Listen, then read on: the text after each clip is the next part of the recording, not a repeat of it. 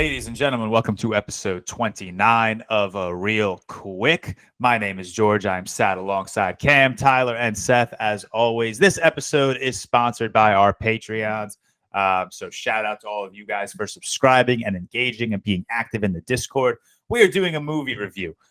So shout out to our man Ferdinand04 because we are going to be reviewing Terrence Malick's 1973 Badlands starring Martin Sheen and Sissy Spacek, doesn't matter. This was a quick 94-minute crime, romance, thriller, genre, action, everything. So we'll just get right into it. We all watched the film. This was a first watch for myself, Cam, and Tyler. Seth has previously seen it, but let's get right into it. Cam, we'll start with you. Yeah, sorry. I have to leave in 2 minutes, so I'm just going to get my quick thoughts out of the way. Badlands, for me, it was, first off, fuck you. It had a dog getting shot, and then it lingered on the dog breathing heavily and dying in front of you with blood all over it. Yep. Fuck you for that. If it had a yip, this would have been a 0.5 out of 100. But for me, this is I believe it's a 3.5 out of 5, and I got to go find exactly what it was, but it was around a 70. Maybe like a 60 something. I don't know. I'm sorry. I'm a little thrown off right now. Just because I'm trying to rush. Badlands for me it was a good movie. It really was a good movie. Martin Sheen's a good actor. I don't 72, know. Huh? 72. Oh, it's 72 out of 100. 72, Thank you. yeah. I thought you were trying to say when this was from. I was like, what? No, it's 72 out of 100. Martin Sheen did a really good job in this. The other actress, I don't know her name, and I don't think she's a very big actress. I guess she was a no-name at the time. I guess this thing had a ton of production issues behind the scenes. If you guys want to look into those while we're doing this review, I was going to bring them up, but I'm unable to. But yeah, it was Carrie in Carrie. Oh, was she? I've never seen it. Yeah, that was obviously huge. You've never seen Carrie? No, I've never seen. Are you it. surprised? No, I mean, no, but it's so good. Yeah.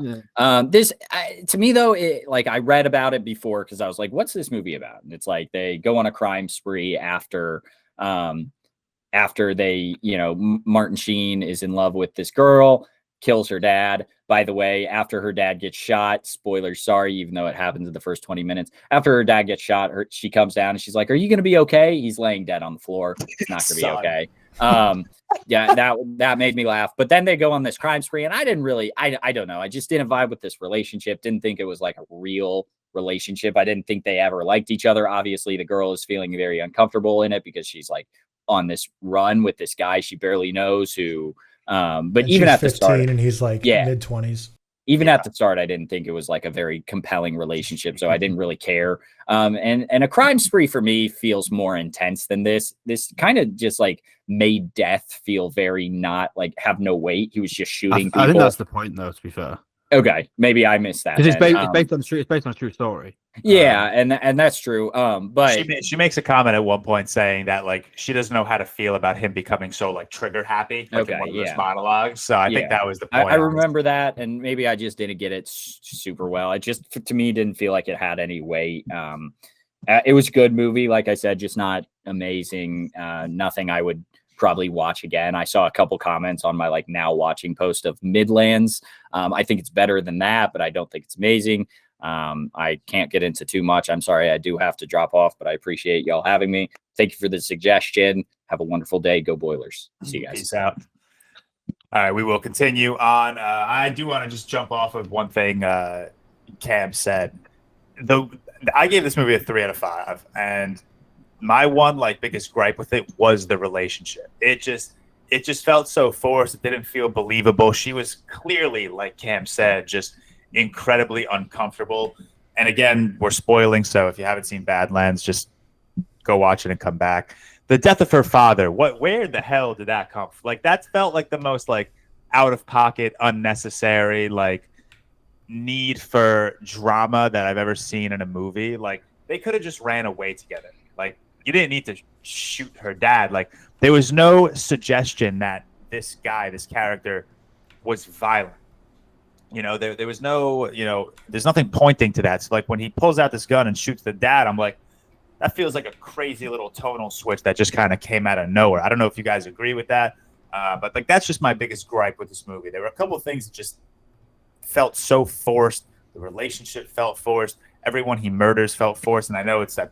I think Seth mentioned it based on a true story, so obviously you can't change history. But I don't know. I think loosely based. There is like things that are like different. A lot of it just felt forced. And when you have a movie whose center of attention is a relationship between two main characters, if that relationship doesn't work, the movie's not going to work for me. So that's kind of how I feel about the movie. Tyler, how about yourself? Yeah, I liked it. I didn't love it. I haven't given my like official score yet. It's like it feels to me like a 3.5, but if I look at my spreadsheet and it stacks up a little different, it might teeter on a 4. So I'm a high end 3.5 on this. Friend of the show, Reservoir Dogs, he said in his Letterboxd review, which I totally agree with, this is the kind of movie you can just put on, if that makes sense, which I kind of totally agree with. Like I feel like I could totally just throw this on while I'm like doing other stuff around the house, because you never have to be fully invested in it after you've seen it like the first time. And it's kind of just like, you know, it's a quaint story, which is weird because it felt so quaint, even though they went on this murdering rampage across the country. But the way it was told was much softer in its narrative. Martin Sheen, just like a psycho in this movie, just like a weird guy, garbage man that just turns into like this like just killing spree monster, just like always thinks everyone's out to get him. He's on the run, and then Sissy Spacek is like, you know, a 15-year-old girl that gets caught up and, you know, finds this guy who's older and starts falling for her. So she kind of gets swept up in that. And then obviously once he kills her father, she's kind of in with him now at this point. And Martin Sheen never really thinks anyone's out to get him. He thinks he's this James Dean character who everyone loves. And even when he gets caught by the cops, he's like, you know, just acting like he's giving like a stand-up comedy special. And even when he's in handcuffs, like going to jail for probably a long time, he's like, oh, people love me though, like I'm gonna be fine, right? Like he just never really was in touch with reality. So I thought it was like cool characters. I never agreed, like I never bought into the romance. I get that there's like a point of like there's a power imbalance of him being much older, so like that's why, you know, the relationship dynamic is a little or very strained because there's just a huge power and age difference. But like on her end, I never really felt like she was into him, which I get she kind of had to be dragged along because like once the first crime happens, it's like, well, she's screwed now. She like has nowhere else to go. Her dad's dead. And then same thing for him. I think he just like wanted a companion. It never really felt like he cared for her other than just like having like, you know, a buddy to go along on these crime sprees with. So yeah, interesting little Bonnie and Clyde story that was a little more, you know, more Clyde and dragging along Bonnie, and it was a little more softer. But yeah, I thought it was like, it was basically just like I watched it. I thought it was like good. I just didn't really think it was anything bad. Didn't think it was great.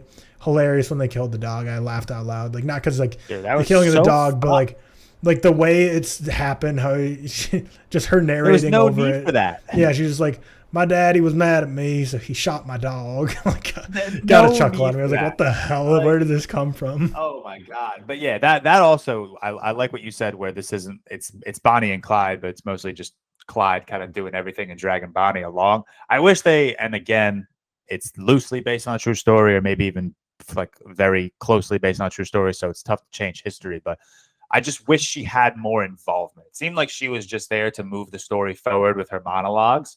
And I just wish she had more involvement in the murder so that the two of them, like, and again, just back to their relationship, nothing felt right because it just did feel like there was such a crazy power dynamic because of their age. And it just felt like she was there. And I just wish she had more to do with his like killing spree rampage, just to make, you know, and I don't know if it would have, but maybe have made their relationship just feel better and just feel more worthwhile, where it's like she sees what she's doing, she's clearly not on board, but like maybe if she did feel like she was on board, maybe if she kind of embraced this lifestyle and really just like attached herself to him in more of like a romantic way as opposed to like a hostage situation that it kind of came off as, maybe that would have worked a little better for me. But I don't know, those are my thoughts. Seth? Yeah, so admittedly I didn't watch it this week. I watched it for the first time not long ago anyway. It was kind of fresh. I think probably 5-6 weeks ago, that sort of thing. I can't remember what it was. But yeah, I really like this. I'm probably the highest on this out of everyone, but I don't love it. Terrence Malick is a very acquired filmmaker. I haven't really gone into his filmography yet. Like I think I said before, Tyler, this was your first. It was my first at the time. I've only seen 2, this and Tree of Life. George, you've seen Thin Red Line and this. So it's one of them where I think what Malick masters, I don't know if it's been mentioned yet, is I do think the cinematography in his films is incredible. I think the composition and the shot selection in this is beautiful. I think it has that aesthetic where, like Tyler said, it is kind of like a chuck-on film, even with the dark matter, because it has, in my opinion, real characters. I think when it comes to the couple, I definitely see where you're both coming from. I think sometimes it does seem like she's a drag along, but I do think that's kind of the, like you mentioned, the psychological, power imbalance, especially due to the age and also the upbringing. I think this kind of film assesses how someone's upbringing and can impact where they go in life and kind of what they do, what they accomplish and stuff like that as well. I think for me, I think a lot of the some of the scenes I didn't love, like the dog scene, for example, and stuff like that. But I think it's obvious what the dog scene is trying to show in the way that it's kind of moving on up and the psychosis around the situation. And I think that the two main characters are clearly this kind of, like I think Tyler, you said soft, but also psychotic. And I think it's a really good way of representing that. I give this film a 4. I think it accomplishes what it wants to do in terms of showing this kind of true story and also showing the moral compass of humanity and showing kind of where people come from and their upbringing. And also, I do think that it's something you can put on, but I don't love it. I know a lot of people do and a lot of people don't. I can definitely see why it's divisive because it is quite slow as well. If you read the synopsis of this, you probably think it was a lot more action-packed, I guess, than it actually is. And there is some scenes which I'm sure people will love and not love, like the scene that George mentioned about the dad.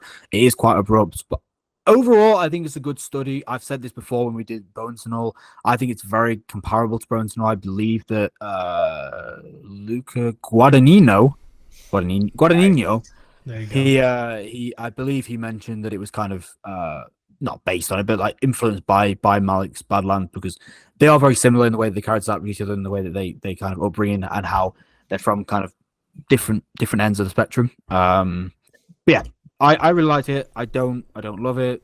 Didn't hate it. I think it's a 4 out of 5 for me. But I definitely see where you guys are coming from. I think there's a lot more they could do with her character. I probably should have read into the true story. I know that all the killings and stuff were real and how they happened and where they happened, but I don't know as much about the backgrounds of the characters. I know that it's loosely based, so there's definitely things that they added on for dramatic effects, but I don't exactly know what. But yeah, I really liked it. I really liked it. What's weird? I think go for it. I was gonna say what's weird is Martin Sheen is such an acclaimed actor who I genuinely enjoy in a lot of roles, but I actually really enjoyed, from like a viewer perspective, the character of Kit. But I don't know if Martin Sheen worked in that role for me. Like for some reason, I just don't know. Like because I really enjoyed his character, like how he was so out of touch with reality. Like basically, Holly decides she's finally gonna leave him, and he's just so out of touch with reality. Like he's on the run from so many murders. Like if you want a second chance, meet me at this dam, and in several years from now. And I just thought he was such a cool character in terms of just seeing someone who's so like. He's almost just like playing a video game with his life, like how he's like in the woods running and hunting, and he just like seems like he's such a feeble-minded like kid when he does stuff. Like he just does such silly, quote unquote, silly ways of killing people. Like he locks people up in a shed and then he shoots them through the doors. Like think I got him, haha, run away. And it's like I just thought he was such an interesting character study. But for some reason, Martin Sheen was just like weird in that role, and I think it was probably only because I'm seeing it in 2023 when I've seen him in Apocalypse Now. I've seen him for years in The West Wing. I've seen him in all his other iconic roles. Whereas like 1973 was obviously much earlier in his career. So I think it's just one of the unfortunate things of having to go back in history and watch something knowing every other role they're in afterwards. But I don't know. I thought Kit was such a cool character. Yeah, I think. How old was he? Maybe like early 30s in this film. He had to be young. But yeah, I like the character, like Tyler said. But I just think Martin Sheen's acting just came off a little goofy. But I also think that kind of plays to him being like not stupid, but just so out of touch with reality, like psychotic, isn't it? Yeah, like psychotic. Yeah. Like I think it works. But I think at some points it comes off a bit goofy. The scene where they're right after the murder of her dad, they ran away and they like set up camp in like this the woods, I guess somewhere, wherever I don't know how people don't find them. But like just the way his body moves, the way he's like running just looks all like very out of like pocket, like he's like all over the place, like he looks like too goofy. Like the tonal switch from scene to scene just kind of caught me off guard, and I don't think like the actor's energy like matched it. Do you think his like performance juxtapose the nature of what you were seeing, kind of thing? Yeah, I kind of get that. In a that's way. what I'm saying. I think a movie like this is just goofy in nature because you are telling a story about this dude who really just doesn't see the world the way the world should be seen. And like Tyler said, he's very out of touch with reality and out of touch with society. And I don't know. I think the behaviors of these two psychotic killers just mirrors the goofiness that we kind of saw. So it's interesting because like I didn't like it, but it makes sense. Yeah, it definitely does. I think in a way that you said it would work for his character in the way that he's been brought up and the way that he is psychotic. Yeah. I actually really like Martin Sheen in this. I think she's probably the best performance, I would argue, in this. See, Like, she was so reserved to me. Like I But needed something. I needed something. I from her. agree, but I think it's like she plays that like terrified, like she's that innocent girl who's not from where he is, and she plays this kind of innocent girl who's been essentially groomed into this kind of terror state with him, who is clearly a psycho and trying to groom her along the way. So I think she that's clearly a creative choice that she is this reserve. Yeah. I know what you mean. Like there is points when it's like, why wouldn't you say something here? What maybe we can get a little bit more from you. But I think it is a creative choice that she is this innocent creature because you're trying to show the difference of them both as characters. Yeah. And how the power balance of the two, like you both said as well. Yeah, it's such an interesting dynamic between our two main characters because, like Tyler said, it does feel at times like a hostage situation, but yeah, like maybe it's not like fully a hostage situation, but she does feel like she truly does not have a choice. She was there when her dad was murdered. She was there when he murdered the next three guys, and it's just like, well, what is she gonna do? It's not like she can go back home to her dad. She's on the run. It's a very interesting paradigm, but I needed more from her. I wanted her to get more involved with him in terms of like the brutality and the psychotic nature of his character, or just maybe even try to be more of like a, I don't know, his like anti, like him, like trying to like leave him. And I just needed more for the first like hour of this movie. It just seemed like she was there for monologues, just moving the plot forward. And it threw me off because I expected her to be the main character. I guess it depends also what she was like in real life and how accurately they depict her. Yeah, exactly. That's also the thing. This is based on a true story, obviously, like we said. So I'm not entirely sure how they interacted in real life, but I don't know. I needed more from her. I could never get a gauge on if what her level of fear was in Kit, because like I feel like she never to me felt like she was that afraid of him. But then, like, she never really brought up to him much how, like, crazy he was. Like, when they were in the house together, she's talking to the guy they took hostage. She's like, yeah, it's kind of crazy, and, like, talking like that. But then also, like, there's times in the movie, too, when Kit will just be talking nonsense, and Holly will try to talk, and then Kit will just keep talking. And she's just like, you never listen to anything I say, do you? So it was confusing to me because she would confront him at times, but then also wouldn't at others. So I could never really get a full gauge on what the whole, like, obviously there's a power dynamic because he killed her father and he's older, but I could never get a gauge on the power dynamic of like how afraid she felt and how hostage like she felt. Yeah, I do get that. I think maybe it'd be worth actually looking into the characters. Maybe it wasn't like that, but I think I probably agree with you there. I think it's a super interesting story. Like I'd love to actually read up on like how loosely or how well towards the true story this is based on. I think quite from what I know, I think quite a lot has been added from what other people say. It's quite loosely based. Yeah. I would be very keen on you both to watch Tree of Life. I know, I'm really keen because I just need to know what your opinions on that would be. You'll turn it on and you'll be like, "What the fuck?" It's nothing like what you expect at all. And also, Tyler, it is the primary narrative is coming of age. There we go. Yeah, I'd be really keen because I think for this Malick as well. Maybe this isn't the best Malick starring side of this as well. And I think a lot of his other films maybe, well, some of his old ones, I don't know, maybe more accessible. But who knows? I'd be keen to see, you two watch them, and I'll definitely watch Thin Red Line soon. But yeah, overall, 4 out of 5 for me. I really enjoyed it. I didn't love it, but I think it's a very, very solid film. Yeah. I went with 3 out of 5. Sorry. No. Yeah, I went with 3 out of 5. Just I turned it on and I watched it. That's about all I have to say. That was good. Yeah, like I would, like George was saying, it would be interesting to read up on these people in real life because I don't know how famous this guy was. Like, everyone knows Bonnie and Clyde, but when he was arrested and he's like throwing all the stuff in his pockets, like giving them out like souvenirs.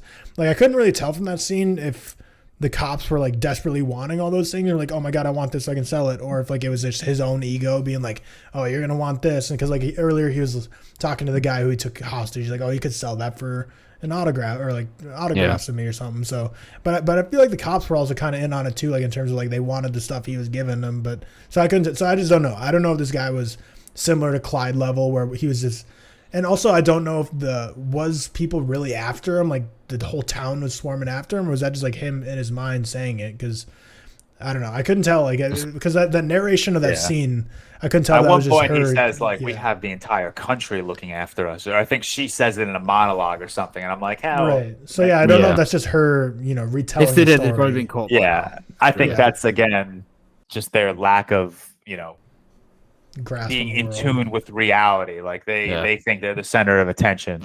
All right. Anything else you want to say before we wrap up on Badlands? I go with 3 out of 5.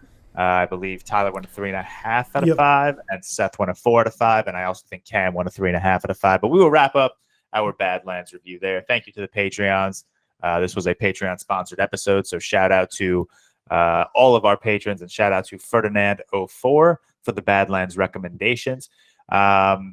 Again, all over social media, so make sure you're following us wherever you can to keep up with everything we are doing throughout the week. So stay tuned. This was episode 29. 30 is on its way, and enjoy the weekend, everyone.